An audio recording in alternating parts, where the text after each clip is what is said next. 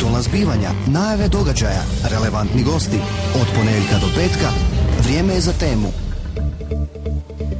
Cijenjeni slušatelji, uz program se Radio Ivanca. Već sam najavila da ćemo vas danas povesti razgovorom na 9. Hrvatski festival sportske rekreacije žena koji će se ove subote održati ovdje u Ivancu. Možda čak i čast da organiziraju ovaj festival jer rijetko su takve manifestacije kod nas. Pripala je jednom od najagilnijih društava sportske rekreacije u Hrvatskoj. Mogu tako reći, Društvo sportske rekreacije Lančić-Knapić, a moj gost je danas u programu predsjednik društva gospodin Vinko Harijač i tajnik društva gospodin Mario Surjak. Dobar dan, dobro mi došli. Dobar dan. Dakle, sve sam točno rekla, malo agilnije društvo u odnosu na ostala društva, ne samo u ovom našem kraju nego i šire. Pa ja se nadam da je tako, ne da se nadam, nek i znam da je tako i mi smo stvarno jedno od agilnijih društava koje se bave sportskom rekreacijom, koji si daju truda, evo vidite, i organizirati tako veliki festival kao što je ovaj festival žena. Doista je riječ o velikom sportsko-rekreacijskom događanju u ovom našem kraju. Sportski, odnosno Hrvatski festival sportske rekreacije žena. Koliko se često one održavaju? Evo, to je 9. po redu, održava se svake godine. Normalno domaćina određuje Hrvatski savez športske rekreacije i mi smo dobili povjerenje Hrvatskog saveza da taj festival organiziramo. Naravno, naši pokrovitelji su Županija Varaždinska i grad Ivanec. Imamo tu još ljudi koji su nam pomogli, tu se uključila i turistička zajednica grada Ivanca, a mi ćemo dati sve od sebe da taj festival provedemo onako kako bi to trebalo biti, tim više ako se zna da dolazi 350-360 učesnica iz čitave Hrvatske. To znači ako ekipa broje 10 članova da ih je 36? Ekipa je 33, međutim dolaze njihovi voditelji koje nismo u račun, koje ne ulaze u tih 10. Njihovi voditelji i još imaju valjda svojih ljudi, negdje oko 360 bi bilo svih učesnika koji su najavljeni za taj festival. Plus naravno naši ljudi koji će voditi to i uzvanici i gosti, tako da mi planiramo negdje 400, možda i nešto više ljudi. Naravno i suce niste spomenuti. Da, i suci, mislio sam podvoditelje. Kad govorimo o samom festivalu, biti će u subotu postrojavanje ekipe u 15 sati u sportskoj dvorani ovdje u Ivancu. Tko sve dolaze na festival? Na festival dolaze 33 ekipe, kao što smo već spomenuli, iz 9 hrvatskih županija, pa mogu ih i nabrojiti. Znači, iz Varaždinske županije dolazi naše društvo za sportsku rekreaciju Lančić-Knapić, Udruga za sport i rekreaciju Višnjica, Udruga sportske rekreacije Lepoglavska ves, Društvo sportske rekreacije Mirko Revac Poljana Biškopečka, Udruga za sport i rekreaciju Stažnjevec, Društvo za sportsku rekreaciju Sauinovec. Iz Međimurske županije dolaze ekipe iz Mačkovca, Murskog Središća, Male Subotice, Donjeg Hrašćana i Pavlovca. Iz Zadarske županije dolaze 3 ekipe iz Zadra. Iz Vukovarsko-srijemske županije dolazi Udruga za sport i rekreaciju Top Sport Vukovar. Iz Šibensko-kninske dolazi Društvo sportske rekreacije Sport za sve Knin. Iz grada Zagreba nam dolazi 13 ekipa, a imenima su Zagrebačke Puce, Podsuset, Črnomerec, Peščenica, Trnjanke, Remete, Dobri Dol, Kruge, Prečko, Ivančice Dravska, Ciklame Klaka, Vesele Coprnice iz Novog Zagreba Zapada, Novi Retkovec, isto iz Zagreba, znači 13 ekipa. Iz Koprivničko-križevačke županije dolazi nam Old Timer klub Biciklin Koprivnica, iz Osječko-baranjske županije Gradski savez za sportsku rekreaciju Osijek, iz Karlovačke županije 2 ekipe Društvo za sportsku rekreaciju Ogulin, i to bi bilo to, 33 ekipe će sudjelovati na festivalu. Evo, koliko sam ja uspjela pobrojati, 10-ak je županija, gotovo mogu sa sigurnošću reći da će ovdje biti Hrvatska u malom u subotu. Pa da, tako je, Hrvatska u malom koja će se natjecati u 6 disciplina. To su jednostavne igre, ali zabavne, i stvarno će biti i natjecanja i nagrada, ali najvažnije se svi dobro zabave i to je u biti poanta festivala. Koje su sve discipline? Discipline su viseća kuglana, pikado, vođenje nogometne lopte, bacanje loptice u koš, gađanje kolutima i nošenje jajeta u žlici. To su u principu discipline koje su i do sada se su bile na tim igrama, osim što smo jednu disciplinu promijenili, to smo stavili nošenje jajeta u žlici, tako da nešto bude malo i promjene. To pretpostavljam da kao domaćini zapravo možete jednu disciplinu odlučiti sami koju ćete, a neovisno o savezu. Pa da, dozvoljeno je to. Uglavnom se radi na tome da već neke ustaljene discipline, kao što su pikado, visečak, uglavnom može se promijeniti. Neki su imali prije nas premještanje kutija, ali u razgovoru sa nekim društvima i s kojima smo se čuli, rekli su da nek promijenimo to, da malo već im je to i u dosadu prešlo. Što još možemo reći oko samog festivala? Moramo evo još jednom napomenuti da je riječ o festivalu sportske rekreacije žena. Dakle, sve sudionice, sve natjecateljice su žene. Tako je, sve sudionice, natjecateljice su žene. To je poteklo, ja mislim, iz Međimurskog saveza. Oni su započeli taj festival i to je evo prešlo na nivou Hrvatske, tako da se sve više ekipa uključuje. Ja bi slobodno rekao da ćemo mi sada biti vjerojatno sa rekordnim brojem tih ekipa. Do sad je bilo 30, pa i manje u nekim slučajevima. Međutim, mi smo imali ogromnu navalu tih ekipa, čak nismo niti mogli sve uzeti koliko ih je bilo zainteresiranih. Neke ekipe, nažalost, morali smo odbiti jer nismo mogli primiti zbog samog mjesta na večer u restoranu KTC, a i preveliki obim tog natjecanja bi bio, možda bi malo predulje trajalo nego je zamišljeno. Koliko se ovakva događanja razlikuju ili koliko su slična sa primjerice festivalima sportske rekreacije na selu? Čini mi se da su nekakve discipline barem približno slične.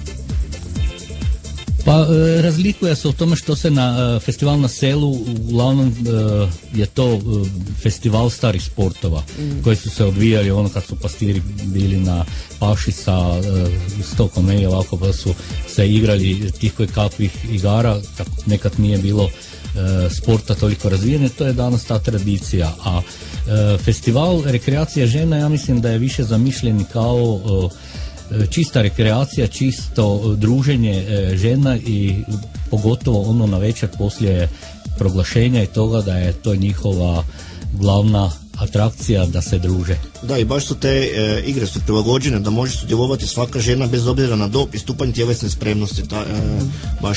Baš svaka žena može sudjelovati. Dobro, dakle, ekipe će se okupiti ovdje. Pretpostavljam da je za one najuspješnije su osigurane i neke nagrade. Da, stvarno smo se potrudili što se tiče nagrada. Znači imamo 6 disciplina, svakoj disciplini dijelimo pehare za prvo, drugo i treće mjesto i također natjecateljice koje će sudjelovati u tim igrama, znači od 3 do 5 natjecateljica po disciplini će pripasti i medalje. A za prva 3 mjesta se dijele 3 velika pehara koje osigurava Hrvatski savez sportske rekreacije Sport za sve. A sve ekipe, znači svih 33, njima smo pripremili prigodne poklon pakete i diplome, tako da imaju sve ekipe uspomenu na ovo druženje. Samo natjecanje, ja pretpostavljam da su vrlo atraktivna za pogledati, pa možemo pozvati sve naše slušatelje zapravo da dođu u subotu u sportsku dvoranu ovdje srednje škole u Ivancu na sama nadmetanja. Tako je, bit će tu atraktivnih tih disciplina i evo žene će se unutra zabavljati na temelju toga tih disciplina pa i posebno, a naše mještane možemo slobodno pozvati i napominjemo da je ulaz slobodan, besplatan, dakle neka dođu, neka malo pogledaju, neka i oni uživaju u tome da vide kako će to biti atrakcija. Da, program počinje u 15 sati kao što smo rekli, a možemo reći da će biti i na svečanom otvaranju i glazbeni program. Glazbene točke će izvesti vokalni ansambl Sakcinski koji je izvrsni vokalni ansambl, a bit će i turistička zajednica grada Ivanca će osigurati povijesne postrojbe, znači vjerojatno rudarska četa ili vitezove koji će isto biti dati jedan šmek festivalu. Onako atraktivno izgledati, uvijek privlače pažnju. Dakle, poziv svim našim slušateljima neka dođu na 9. Hrvatski festival sportske rekreacije žena od 15 sati u subotu u sportskoj dvorani Ivanečke srednje škole. Postrojavanje ekipa, do kad će otprilike biti samo natjecanje? Samo natjecanje će negdje biti do 19 sati, tako je planirano, i poslije zbrajanja rezultata i svi se selimo u restoran KTC-a gdje će biti podjela tih priznanja i dalje druženje. I zajedničko druženje, da. Evo, i razmjena uz muziku iskustava. I večeru. I razmjena iskustava. Kasnije, ovo je 9. festival, znali se već domaćin 10. Kamo ćete se pripremati za sljedeću godinu? Da, naše žene će sigurno učestvovati sljedeće godine, međutim još nemamo saznanja za nekoga da bi bio. Već je bilo i pitanja da li je netko zainteresiran, međutim mi ne znamo, možda Hrvatski savez ima nekog kandidata, mi to još ne znamo.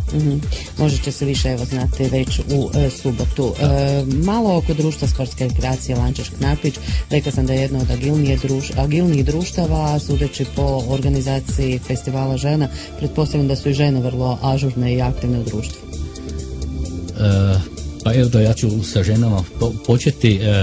Kada smo mi ponovo to društvo pokrenuli sada prije 4 godine, početkom odlaska na taj festival sportske rekreacije žena, promijenilo se u Lančić-Knapiću jako puno što se tiče rekreacije žena. Od tada je zapravo i počelo malo jača rekreacija žena i okupljanje, tako da one imaju 2 puta tjedno vježbanje uz muziku, to same si imaju, vode si to i sve stvari ostale koje su potrebne za pomoć društvu oko bilo kakvih akcija, manifestacija, uključuju se, tako da stvarno je evo sada na visini u odnosu na prijašnje možda godine. A da samo spomenem, društvo, pošto ste rekli agilno i to, društvo će iduće godine biti staro 29 godina, znači još malo 30 godina ćemo uslaviti same aktivnosti. To ja mislim da naši slušatelji znaju, da su upoznati sa društvom, jer za društvo se sada zna i ne samo u županiji i u gradu našemu, nego i širom Hrvatske. Čak možda njim je malo i to ime atraktivno, Lančić-Knapić. To često razgovaramo o tome, pitaju nas šta vam je to Lančić-Knapić, moramo objašnjavati. Društvo je aktivno na svim poljima, počevši od, evo rekao sam, rekreacije žena, imamo nekoliko akcija i manifestacija koje mi provodimo kroz godinu, od kojih su poznatije cross utrka u proljeće, obično u 6. mjesecu, gdje dolazi preko 100-tinjak natjecatelja, i ono naše tradicionalno pješačenje koje evo svake godine na 3 kralja, koje svake godine poprima sve veći publicitet i dolazi na sve više ljudi. Ali ste i evo u ove 4 godine puno postigli, gotovo redoviti ste sudionik ostalih seoskih igara, da li su ovdje u Salinovcu, u Poljani, ovo u našem kraju, ali i šire.